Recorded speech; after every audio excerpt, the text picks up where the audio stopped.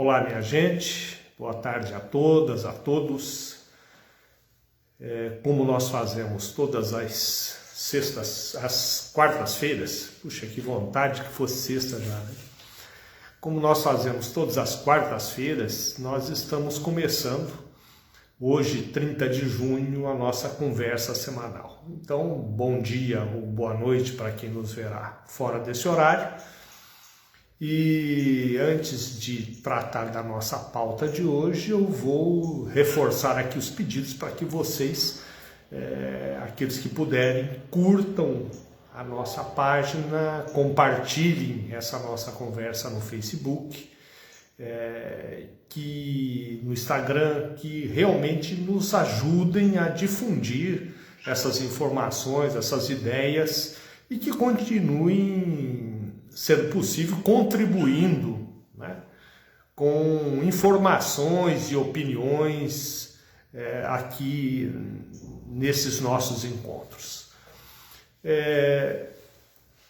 Nós trouxemos hoje para reflexão, dentro da questão da crise sanitária, dois aspectos importantes. Um deles é a CPI, que está ocorrendo no Senado Federal a respeito da condução das várias autoridades e órgãos sobre as atitudes tomadas, as medidas adotadas durante a pandemia. E o outro assunto que nós queremos tratar é o pós-Covid, né? O que esperar depois da epidemia na área de saúde, porque nós teremos reflexos importantes assim que concluirmos a crise sanitária.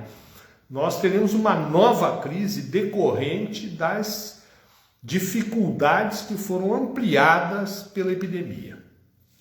Esse é o primeiro assunto que nós vamos tratar hoje. O segundo, nós vamos comentar aqui algumas notícias, entre elas o desemprego, os dados novos do último trimestre que acabam de ser divulgados pelo IBGE, né?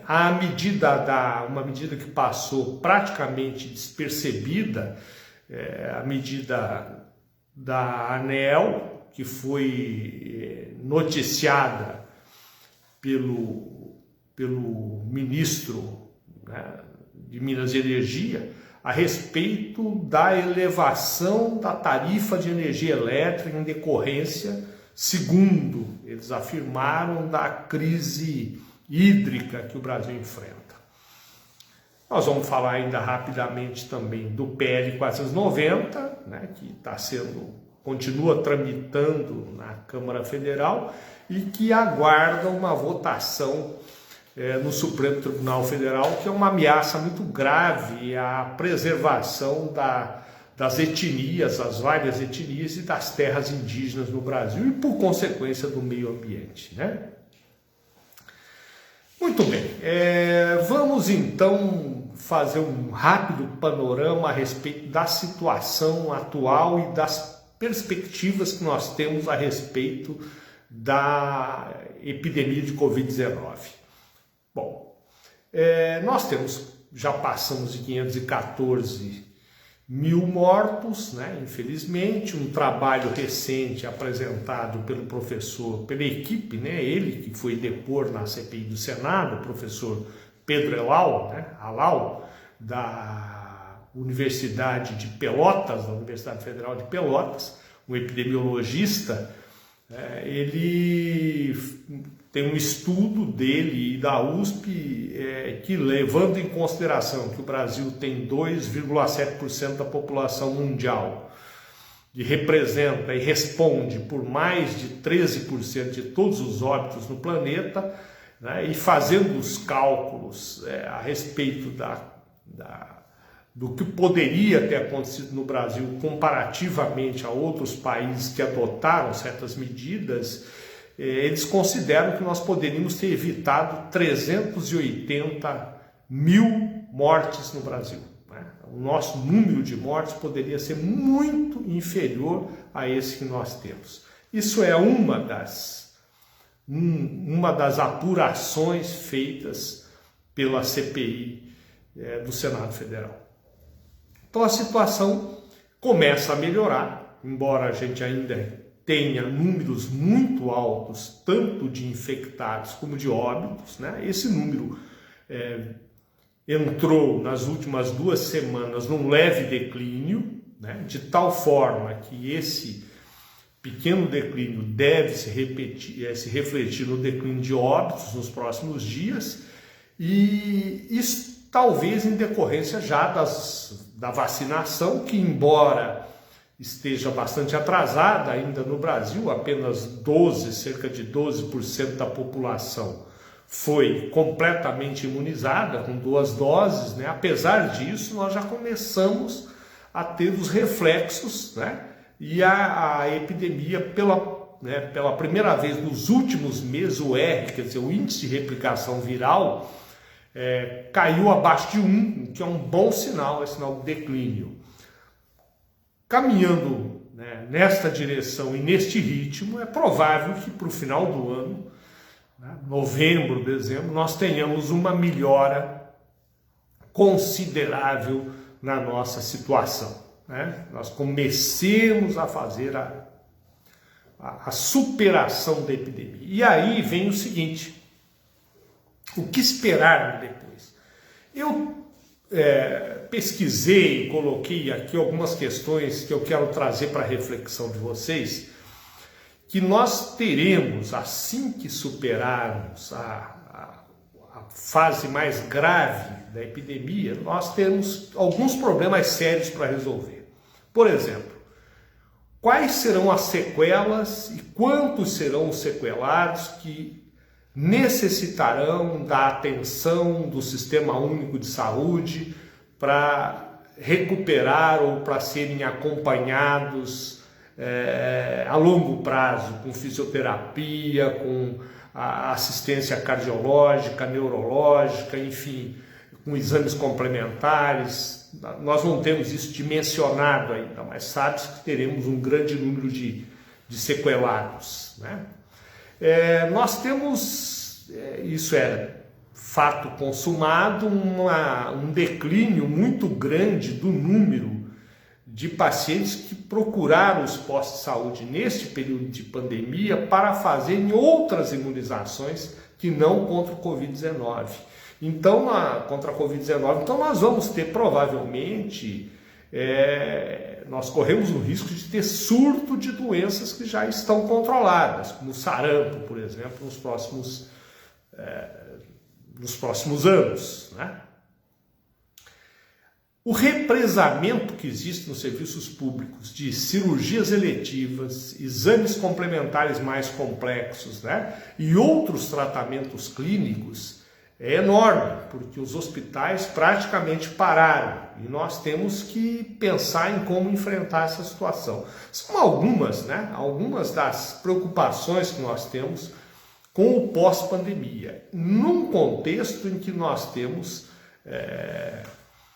a emenda 95 em pleno vigor, né, com os recursos congelados para a área de saúde. Então, essa é uma reflexão. E o segundo ponto, que aí demonstra a importância extraordinária do poder legislativo, né, de nós termos uma democracia em que a nossa esteja meio capenga, é importante porque esse equilíbrio entre os 3 poderes, o judiciário, né, o legislativo e o executivo, dão um certo rumo de segurança ao país.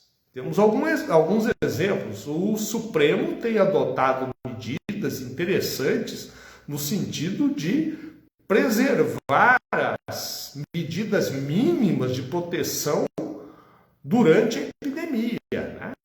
Proteger as medidas necessárias para conter a epidemia, obrigando o executivo a determinadas tarefas.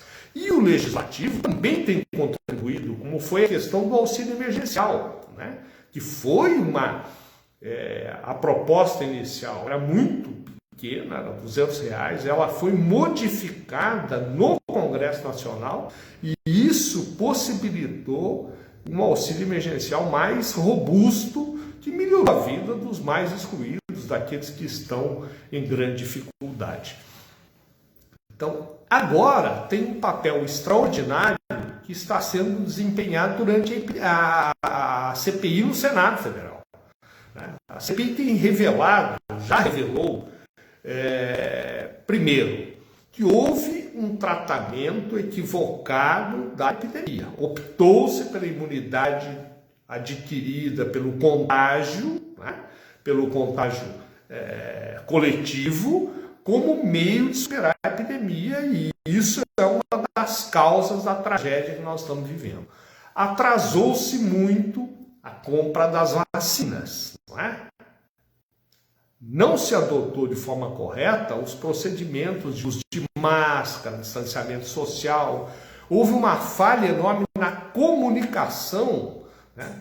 Na organização centralizada, né? Em uma coordenação nacional, em comunicação clara com a população a respeito da importância dessas medidas não farmacológicas no controle da epidemia. Tudo isso está sendo revelado, né? E é importante porque isso vai, num futuro próximo, responsabilizar as pessoas. E nós vamos poder até melhorar, quem sabe, a legislação para que isso não aconteça outras vezes no Brasil. E agora, as últimas revelações, né, são muito graves a respeito do mecanismo, enorme mecanismo de superfaturamento, de corrupção na aquisição de vacinas que estaria ocorrendo dentro do Ministério da Saúde, né? E isso está sendo apurado e há indícios muito fortes, cada vez mais fortes, a tal ponto que as últimas revelações dizem que havia um contrato, inclusive foi cancelado agora, um contrato de 1,6 bilhão para a aquisição de vacinas. E por último surge ontem, né, de ontem para hoje, o jornal Folha de São Paulo revelou uma declaração, uma afirmação de um representante de uma empresa que vende vacinas, dizendo que havia uma solicitação, uma exigência de um sobrepreço, de um pagamento à parte de $1 para cada vacina para um esquema, um suposto esquema de corrupção dentro do Ministério. Isso precisa ser apurado, óbvio, porque, né, nós temos aí 400 milhões de doses de vacinas, né? E $1 cada uma, 400 milhões de dólares a R$5 são 2 bilhões de reais, né? Supostamente haveria esquemas para esse desvio.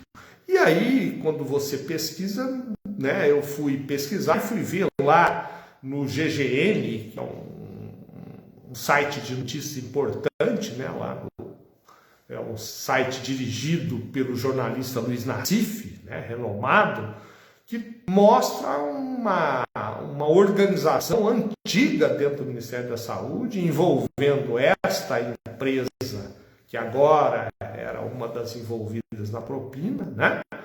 E que foi instalada quando o atual líder do governo Bolsonaro era ministro da Saúde no governo Temer, né? E revelou que houve problemas na aquisição de vacinas, né, de medicamentos para doenças raras e medicamentos para tratamento de leucemia, leucose mieloide aguda, que afeta principalmente crianças e adolescentes. Essa reportagem está lá no site, eu recomendo que leiam, é uma coisa realmente muito revoltante, mas é importante ler para a gente saber a situação que nós enfrentamos. As outras notícias que nós queremos comentar são a divulgação do IBGE, do desemprego no último trimestre, mostrando um crescimento, né, para 14,7%.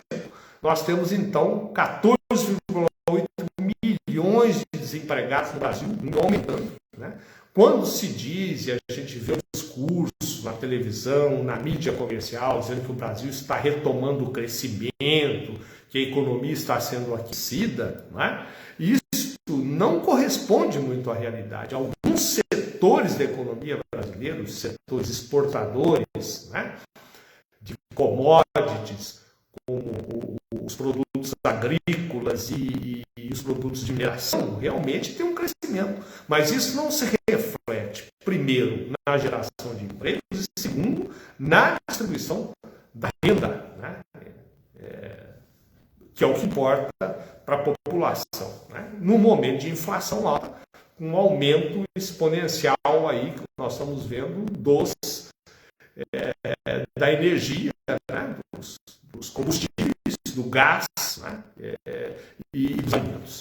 E agora vem a questão da Agência Nacional de Energia Elétrica, né? Que decidiu aumentar em 52% a tarifa da energia extra gerada pelas termoelétricas e pelas usinas que não são hidrelétricas. A justificativa que o ministro deu em rede nacional é de que isso é para desencorajar o consumo, porque o Brasil está numa crise hídrica e haverá problemas na geração de energia. Isso, na verdade, é uma forma de dizer que nós estamos próximos ou corremos um risco de ter um racionamento, né? E isso, na prática, vai significar um aumento de pelo menos 15% já neste mês na conta de energia elétrica das famílias brasileiras. Isso é uma coisa que não está sendo divulgada na grande mídia. E nós precisamos entender isso. Por que isso aconteceu? Porque não tomaram as precauções necessárias no ano passado, né, para economizar água, né, para manter os reservatórios em níveis mais adequados, e não fizeram os investimentos em energias alternativas para que a gente não ficasse sofrendo essa ameaça que pode significar falta de energia elétrica até para que o país volte a crescer e gerar empregos. Nós tivemos algo parecido lá em 2001, né, quando houve um apagão no Brasil. E nós estamos, infelizmente, ameaçados de repetir essa história, né, neste momento agora. Então, agora é importante a gente entender, né, por que isso ocorre.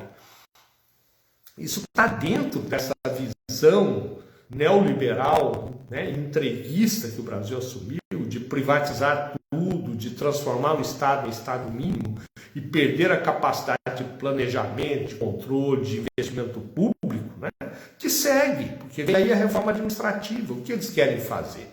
Ampliar isso que já existe nos municípios, nos estados e na União. Eles querem ampliar os cargos de confiança. Inclusive aqui, na nossa cidade, né, nós vemos aí há anos uma briga, né, uma coisa que parece brincadeira de gato e rato, né? O Ministério Público obriga a reduzir os cargos de confiança que são irregulares. Aí a administração pública elimina aqueles cargos de confiança e cria outros, né? E a situação vai se perpetuando. E é o dinheiro público que é utilizado para fazer o clientelismo, para financiar a atividade política, né? O que não é correto no momento de crise, que nós temos milhares de desempregados precisando de ajuda, nós temos uma carência, uma pobreza, metade da população brasileira ameaçada pela insegurança alimentar, né? Com uma necessidade enorme de obras de infraestrutura, de saneamento básico, de habitação popular, né?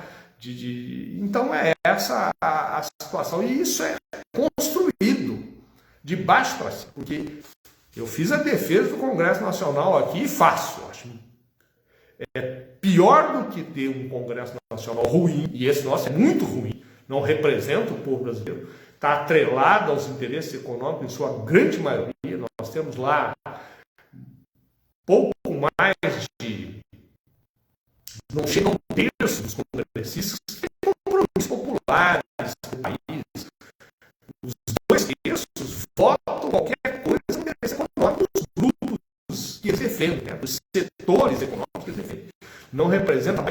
brasileiro. Então essa construção ruim, esse Congresso Nacional ruim, e esse que está aí é um dos piores da história democrática do Brasil, mesmo assim é melhor do que não ter. E isso é construído a partir das bases, das câmaras de vereadores, dos prefeitos, né? Que são os grandes cabos eleitorais que ajudam a eleger esses deputados e senadores, né? Os deputados estaduais não são diferentes, que não representam a maioria do povo brasileiro. Então, qual é a saída? É conscientização, é esse trabalho que nós estamos tentando fazer aqui, as duras penas, né? Trabalho de formiguinha, eu repito, nós vamos replicar para que a gente construa nas próximas eleições uma base parlamentar comprometida, primeiro, com a soberania nacional, com os serviços públicos, com os interesses do país, né? Com a distribuição melhor da riqueza no Brasil, com investimentos em saúde pública, em ciência e tecnologia, em educação, enfim, com o desenvolvimento nacional, o desenvolvimento do Brasil para todos, né? E não para atender o interesse de pequenos setores da economia que estão enriquecendo cada vez mais, enquanto o povo empobrece e o país sofre com o atraso, né? Vai ficando atrasado porque não investe naquilo que precisa, que é educação, ciência e tecnologia, infraestrutura. Então esta é a realidade que nós estamos vivendo hoje. Não podemos desanimar, é importante ter aí a minha visão é que a essa crise que eu tenho dito, nós vivemos uma crise sanitária, uma crise econômica, né? Os números estão aí que não mentem, mais de 500 mil de mortos, muitos sequelados, famílias destruídas. Isso é a crise sanitária. Nós temos, não só em decorrência dela, mas também por causa dela, nós temos uma crise econômica muito grave. O país não cresce há anos, já parou de crescer em 2015, né? Uma década perdida que a gente tem aí. Além de não crescer, não distribui renda, o que aumenta a pobreza, os setores da pobreza aumentou. É uma crise econômica e social que tem esse desemprego aí. Você tem 14 milhões de desempregados, né? Quase 15 milhões de desempregados, mais os desalentados que nem procuram emprego passa de 20 milhões, mais os subempregados, então metade da população brasileira nessa situação grave de não ter o suficiente para se alimentar de forma adequada. Isso é a crise social, né? Então nós temos aí esse conjunto de crises. E agora nós estamos nos avizinhando de uma enorme crise política, porque essas denúncias todas da CPI, mais a crise social, mais a crise sanitária, mais a crise econômica, vão gerar uma instabilidade muito grande para o governo, né? Que nós não sabemos quais serão as consequências, até porque nós vivemos sob ameaça desde o golpe de 2016 e principalmente depois da eleição do atual governo, né, do sistema que levou do conjunto de forças que chegou ao poder, né, no Brasil, nós vivemos, a nossa democracia já abalida, vive sob forte ameaça de um fechamento completo, né, e de partirmos para uma ditadura mais escancarada ainda. Isso é o pior dos mundos, porque se nós temos tudo isso acontecendo com a resistência do Congresso, né, com o Supremo Tribunal Federal resistindo, imagine o que será do Brasil num regime em que apenas o ditador e seus apaniguados decidem. Como é que você vai controlar os desvios e os casos de malversação de dinheiro público e de corrupção? A corrupção daí acaba, né? Porque vai tudo para debaixo do tapete. Esse é o risco que nós estamos correndo. É preciso manter a consciência e estar preparados, porque teremos momentos difíceis nos próximos meses, principalmente. O Dejair Martins falou: boa noite, mestre Dr. Mário, muito obrigado pelas suas preciosas informações.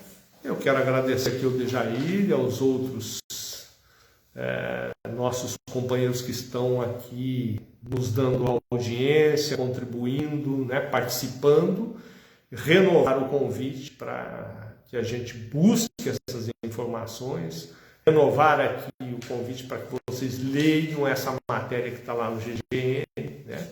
No El País também tem uma matéria muito interessante hoje da conjuntura política e da situação para a qual nós estamos caminhando. E é isso, não havendo mais nada para hoje, eu quero agradecer a todas e todos que ficaram conosco, né, que nos ajudaram, e deixar o convite para a próxima quarta. Obrigado a todas, a todos e até.